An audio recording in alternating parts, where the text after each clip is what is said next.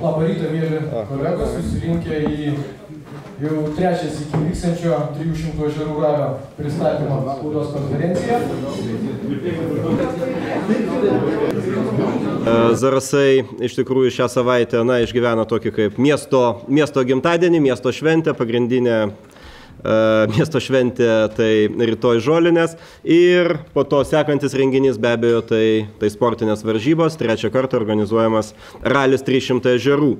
Taigi 300 ežerų niekur nedingo, jie yra ir kaip minėjau jau prieš keletą metų, tikrai mes manome, kad tas mūsų, kaip prekinis ženklas 300 ežerų, jis gyvuoja ir sėkmingai vystosi. Per šiuos metus mes pasistumėjome taip pat ir į priekį pakankamai su infrastruktūra, tai ir mieste atnaujintos, gal kas atvyks susidursit, kad ir darbai dar vyksta ir jiems nėra pabaigos, be abejo, ir daugelis atnaujintų gatvių, taip pat atnaujinta pakrantės infrastruktūra, pasivaikščiojimo takas, apžvalgos ratas, nuomos punktai, fontanas ežere ir taip toliau. Taip kad mes savo tam tikrus namų darbus taip pat darome, be abejo, ties jais nereikia sustoti, yra daug ir kitų infrastruktūrinių projektų, tai manau, kad šioje vietoje mes randame tam tikrą, labai prasmingą simbiozę, kaip renginiai, automobilių varžybos, 300 ežerų taip pat padeda mums pritraukti dėmesį,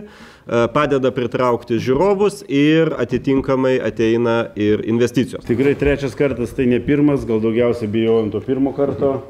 Manau, kad trečias, turėtų būti pats geriausias. Tuo labiau, kaip girdėjote iš mero, puikiai Zarasų rajonas švęsdamas 80-metį, kiek suprantu, kultūrinės istorijos jubiliejų puikiai pasiruošė.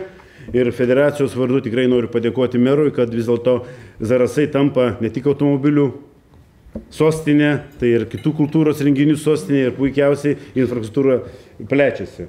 O šių metų 5. etapas, manau, kad daug kas išryškės, sportininkai, manau, kad pasigalandė, ką galėjo ir tikrai pasiruošę laimėti ir netgi gal užbaigti kažkas į čempionatą, girdėjau, ruošiasi, kad nereikėtų 6. etape dalyvauti.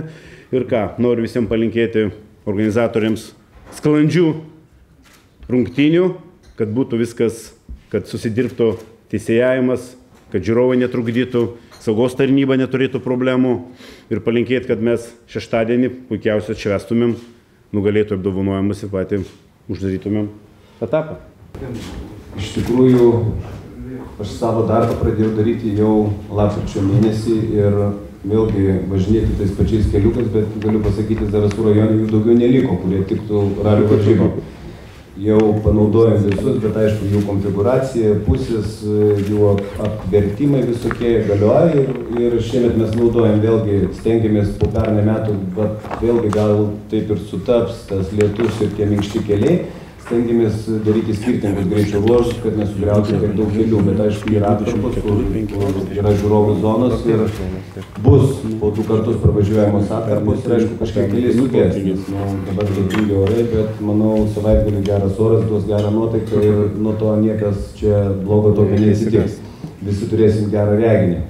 Džiaugiuosi tuo, kad susirinko iš tikrųjų kaip į lietuvišką etapą daugiausia dalyvių mūsų etape, tai reiškia ne veltui mūsų pastangos reklaminės visos kampanijos ir mūsų įdėtos pastangos bendram pasiruošimui ir duoda savo vaisių.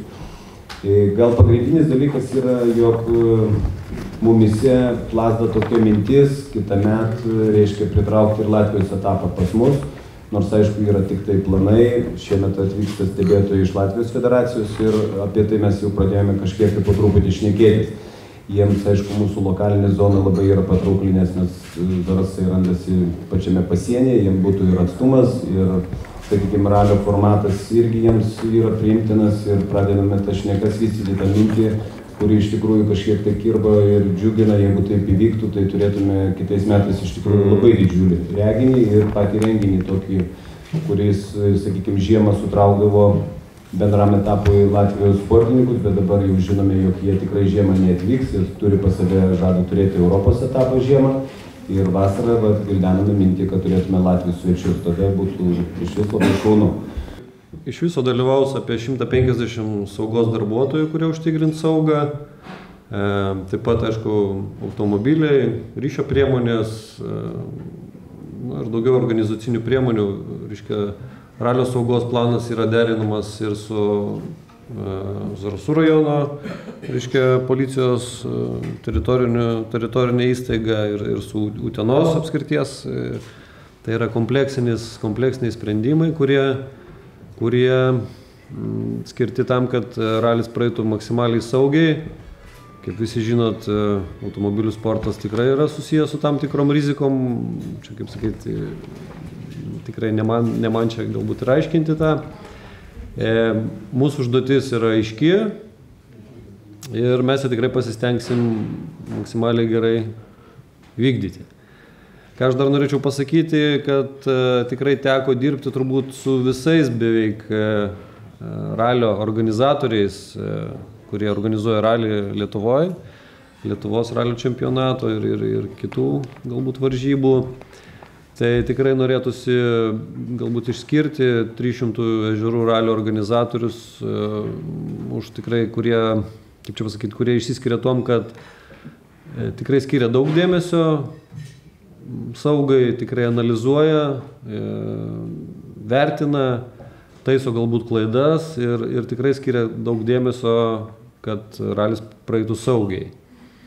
Tai aš, kaip sakyti, ir noriu ir savo kartu, ir visiems palinkėti, ir žiūrovam, ir žurnalistam, ir lenktynininkam, ir organizatoriam tikrai, kad ralis praeitų saugiai ir tikrai maksimaliai gerą ir smagų reginį, kad visi turėtume. Tikrai šiais metais formatas yra visiškai skirtingas negu praeitais ir užpraeitais metais, pirmais metais. Dabar ralis vyksta penktadienį, šeštadienį. Manome tikrai, kad toks formatas pakvies ir išlaikys tą dėmesį žiūrovų iki pačio galo. Turiu galvoj, kad iš esmės naktinis greičių ruožas penktadienį, tai yra naujas formatas ir nauja atrakcija. Pritrauks daug žiūrovų ir taip pat grįžta šiais metais greičių ruožas miesto. Iš miesto greičių ruožo bus tiesioginė Lietuvos ryto televizijos transliacija 2 valandų. Tai kas negalės atvykti penktadienį pasižiūrėti, galės gyvai žiūrėti transliaciją iš greičių ruožo, iš miesto. Na, o taip pat pirmą dieną labai atraktyvus taškas, kuris tikrai sutrauks nemažiau žiūrovų, tai yra antras greičių ruožas, kuriame yra vienas didžiausių šiame ralyje šokamų tramplinų, tai yra Kumpolio gyvenvietė, greičių ruožas numeris 2 ir 13 kitą dieną. Tai pabaigoj miestelio yra asfaltinės dangos tikrai labai didelis tramplinas ir jis yra teisus ir tikrai yra patogiai privažiavimo zonų ir patogiai žiūrėjimo zonų. Tai žiūrovai galės pasirinkti pirmą dieną vienas iš 2 atrakcijų, tai yra pasižiūrėti arba miestą, arba tą greičių ruožą su tramplinu. Po pertraukos, kaip visada, po apvirtimo sportinio kanalo laukia sala, kuriame vyks paralelinis persekiojimo lenktynės. Šį kartą tai vyks jau pilnai sutemus, bet ir trasa, kaip matote, yra biški pakeista. Tai nebus tų dirbtinų šokamų tramplinų, bet bus tam tikras įrinktas greitas gesinimo zonos, kur įneš labai tokia įdomią specifiką. Bandymo metu, kai mes žiūrėjom, kaip atrodys, tikrai tai yra ne mažiau atraktyvesnis vaizdas nei šokami dirbtiniai tramplinai. Prie jų mes grįšime antrą dieną į pabaigą lenktynių, tai bus paskutinis greičių ruožas, paralelinės persekiojimo lenktynės su tais tramplinais, o pirmą dieną, jau pilnai sutemus, tas vaizdas iš tikrųjų turėtų būti labai patrauklus ir sutraukti pakankamai žiūrovų į salą. Iš dalyvių norėčiau taip atkreipti dėmesį į Adam Kašinskį ekipažą, tai yra ir Macei Aleksovič ekipažus atvažiavusius iš Lenkijos. Jie dėja įtraukti kaip papildomi dalyviai, nes padavė paraiškas jau po laiko, bet iš tikrųjų Macei Aleksovič yra, galima taip aiškiai vardinti Lenkijos žvaigždė ralio.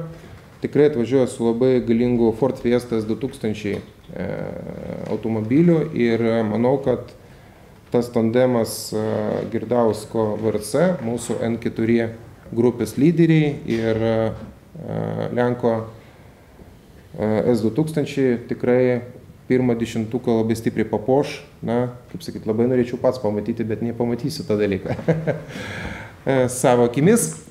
O šiaip iš tikrųjų dar vienas dalykas, kuris turbūt naujovė šitam ralė, tai pas mus atvažiuoja sunkvežimio komanda, sunkvežimio klasė, tai yra GAZ-51 automobilius vairuojančiai estai.